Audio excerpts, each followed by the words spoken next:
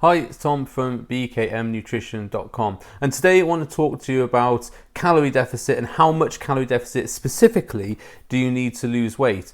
Now, in my previous video I talked about how to create a calorie deficit, the things you need to do, the things you need to think about. This is more of a slightly more in-depth discussion about the amount of calories you need to lose weight. Now, if you're in any sort of calorie deficit, eventually you will lose weight. So even if you're in 100 calories per day of a calorie deficit, you will lose weight and lose body fat very, very slowly, and you will reach your goal eventually. However, most people don't want the slow approach, they want the fast approach. And so what they do is they generally tend to go the other way and decrease their calories intake by a massive amount. And if you do this, if you have a massive calorie deficit, it can generally stack the odds against you in terms of success. And this is what I'm going to go into in this video, is how to find the right balance. We do it on the long approach or the short approach, and maybe the benefits and the disadvantages of either. So in terms of an average calorie deficit, what most people tend to look at is to create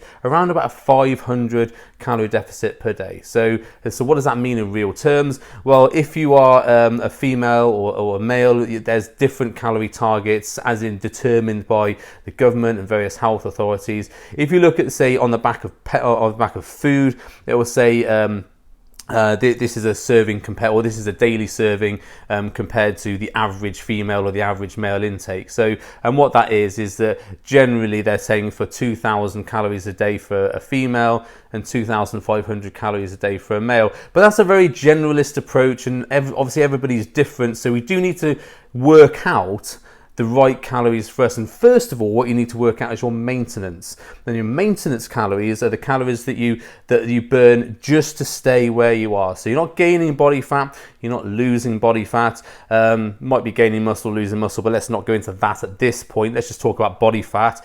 So if you are eating at maintenance, you are neither gaining body fat or losing body fat, because the calories you are taking in are exactly your calories that you need to function for that day. So that's what maintenance is. Now, if we're looking to lose body fat, we need to drop our calories down to below maintenance, which is what gives us the calorie deficit. So to work out your maintenance, there are hundreds and maybe thousands of calorie calculators on the net, and there are probably about 10 different methods of calculating your calories. So you have Myth and St. George, you have Henry, you have so many. I keep losing the totals, but the one I generally tend to use is the Myth and St. George, which is just another method of calculating. It's the one I found to be most effective, but that doesn't really mean much to you, because if you go and look at all these things, there's all right, you've got to times this by 5, do this, minus this. Don't do any of that. You can just click on any calorie calculator, and depending on what calculator it's using or what method it's using, it will give you an outcome. Now, if you want to use my calorie calculator, it's a BK Nutrition /calculator. It's based on Myth and St. George, so just so you know. And basically all you do is just put in your variables. So you want your height, your weight, your sex, your age, which does matter as well. And that gives you what's called your BMR, your base metabolic rate. And then what we need to do then is we need to calculate your average daily expenditure. So we times it by something called your personal activity level, and that'll be determined by the amount of days a week you train, how long you train for, your job, what you do in the day, how many steps you do in the day. So all these variables come into it. So it is quite easy to get a slight misrepresentation of your actual maintenance calories for the day if you get those bits wrong. And this is generally where people fall down, is they overestimate the activity they're doing in the day and they underestimate the food that they're eating. So when they're using these calculators, obviously we don't really want to admit that we're a sedentary person who doesn't do much exercise. So we might put those values up a little bit, which then gives us a starting rate which is actually higher than what we actually are. So if you go into any of these calculators, make sure you are honest and you do put in what your actual expenditure is. If you use my calorie calculator, there'll be 2 variables. There'll be your daily work and then your training.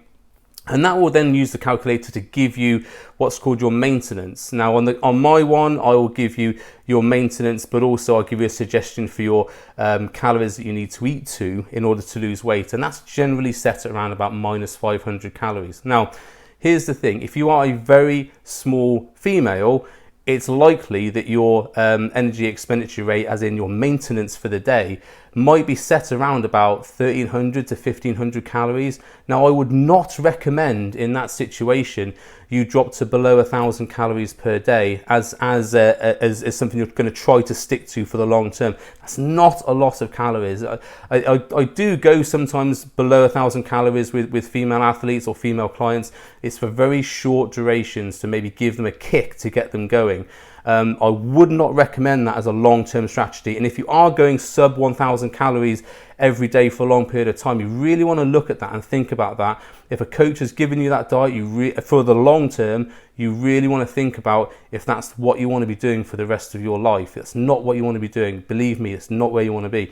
So what I would suggest is if your maintenance calories are, say, 1,400 or something, you need to maybe look at having a calorie deficit of only about 300 to 200 per day, because remember, this percentage of your total daily expenditure. Now, if you're a man, of course, if you're a tall man or a heavily muscled man, you're going to have more calories to play with there. So a big muscled guy can get away with a bigger deficit of, say, 600-700 calories per day, because it's not that much of a huge percentage off their total daily energy expenditure.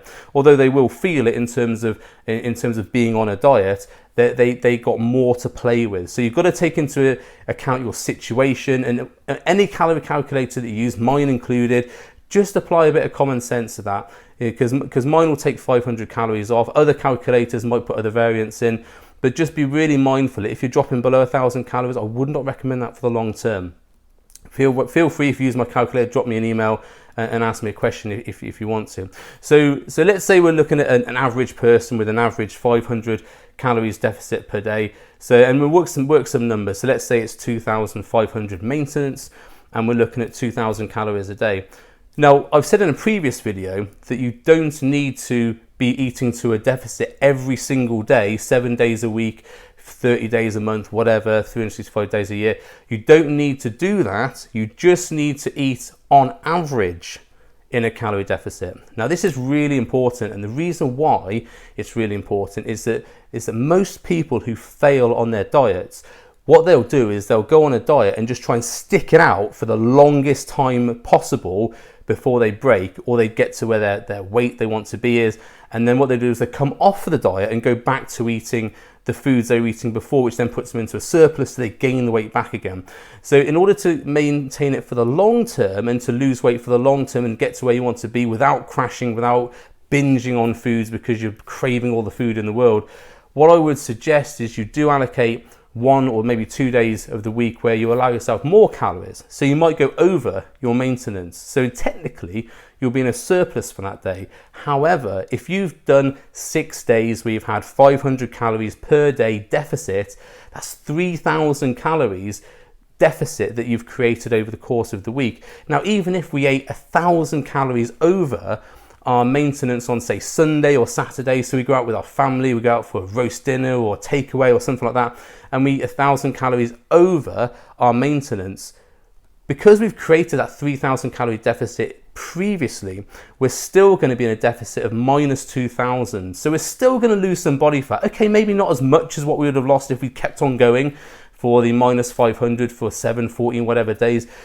But the fact is that you're going to give your brain a break, you're going to give your body a break, you're going to give yourself more calories, so you get this energy surge, this metabolic boost from having more calories. Now, what I'm not talking about here, I'm not talking about a cheat day, which you'll find that bodybuilders and other people talk about cheat days. And, you know, I'm not a hypocrite. I used to have epic cheat days where I used to get up at 2 o'clock in the morning, just cane Rice Krispies for the whole of the day and muffins and everything else when I was dieting for shows. I don't do that now. I generally tend to have 1 day a week where I have a little bit more ice cream or whatever. So we're not talking about cheat days. We're just talking about living a normal, healthy lifestyle where every now and again we go out for meals with our friends and family. And on those times, we want to be able to eat the foods that we want in the restaurant, because part of it is mentally keeping yourself on track. Now, if we're not, when we go out for our friends with a meal and they're all having their steak and chips or their curry or whatever else, and you're sat there with a plate of lettuce because that's all you can have on your diet, that's not going to work for the long term. You're not going to be able to stick to that diet for the long term. You might think you will, you absolutely won't. And I know this, I've worked with hundreds of clients, and this is why we factor in these days where we have more calories, exactly for those situations. Because the other thing as well, you don't want to go to a meal with your friends or whatever else, and they all order curries or steak and chips or whatever, and you've got a plate of lettuce, and they go, oh, why are you doing that? Oh, I'm on a diet. Oh, you don't need to be on a diet. Oh, blah, blah, blah, blah. And then they try and get you off the diet, and they try and tempt you and everything else. We've all been there, we've gone that rabbit hole. We want to be able to enjoy our situations with our friends and family without all those questions about dieting. Oh, you look good the way you are, you don't need to diet. Obviously not, because I want to diet and improve my body. So thanks for that compliment, but I much prefer to be losing a bit of body fat. And you're not helping by trying to give me chocolate. We've all been in that situation. So I went off on a bit of a tangent there. Okay, calorie deficit. So if we're creating this 500 calorie deficit, now you might be tempted, and a lot of people are tempted to go the massively in on their calorie deficit, lose weight as fast as possible. Now, yes, while it is correct that if you drop calories more out of your diet, so you will lose weight faster because you're creating more of a calorie deficit. However, the more calorie deficit you create, the more stress you're going to put on the body, and the more the body is going to kick back against that. Now, the body has a certain level it likes to be at. It's called homeostasis. If you go much up or below that, and this is quite evident if you say in a room and someone turns up the thermostat really high, you want to start taking your clothes off or drink cold water or throw water on your face to cool down. Same if the temperature dropped massively lower, you want to put clothes on or put some sort of heating on in order to rectify that. It's the same with our body in terms of calories. If we rapidly drop our calories really, really fast, the body recognizes that. You might get away with it for about 2 or 3 days, and then the body recognizes a massive drop in calories. It makes you more tired, it makes you more lethargic, it gives you hunger cravings so that you want to eat more, and it's trying to get you back to where it feels it's happy, this level of homeostasis. So if you drop calories too fast and too high, remember that's what's going to happen. You're going to get this kickback. Now, I know we all like to think that we've got all this willpower in the world where we're going to resist our brain. Doesn't happen. Everybody I know who does diets cheats eventually or goes off their diet eventually. We've all done it. I've done it. Everybody, even the strongest person, will always break on their diet in those sorts of circumstances. So it's much better to work with your brain. I do talk about this in my book and all my other content, so I won't go into it now, but you need to work with your brain in order to create a calorie deficit that it's happy with, that it's comfortable with, so that it can continue, your body can continue to drop weight ever so slightly, gradually down for the long term. And what happens over time if you do this, if you drop from here to here really quickly, the body will recognize that drop. If you drop very, very slowly, then the body will do something called resetting, where if it's been a certain low body fat for a certain amount of time and it's comfortable with that, it will reset the homeostasis level. So you might have been, say, 90 kilos here. If you drop gradually over a couple of months or whatever and get to, say, let's say 87 kilos, well, eventually the body's going to recognize that it's happy at that situation, and it will reset its homeostasis level to that level, and then you'll be 87 kilo person, not a 90 kilo person trying to lose body fat. And this is really important. The body needs to be on board with what you're trying to do. If you try to just force it to lose body fat, it won't like it, it'll kick back. So I'm not a big believer in big calorie deficits. And you will see some fit pros, nutritionists and everything else saying, oh, it doesn't matter, you get there faster, just willpower it. In my experience working with clients, it does not work if you try and force the issue. It's got to be nice, it's got to be gentle, lifestyle change, habit change accompanying that, and you'll get to where you need to be. The reason why people push these massive calorie deficits is to sell you plans, which they're going to go, oh, look at Sarah, she dropped 50 kilos in 2 weeks using my Eat Dust plan.